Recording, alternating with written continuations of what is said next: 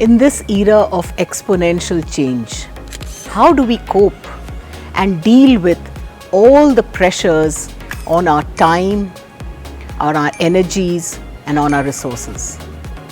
As leaders, it's essential to be resilient. In this course of Resilient Leadership, we help participants develop the necessary resilience muscle.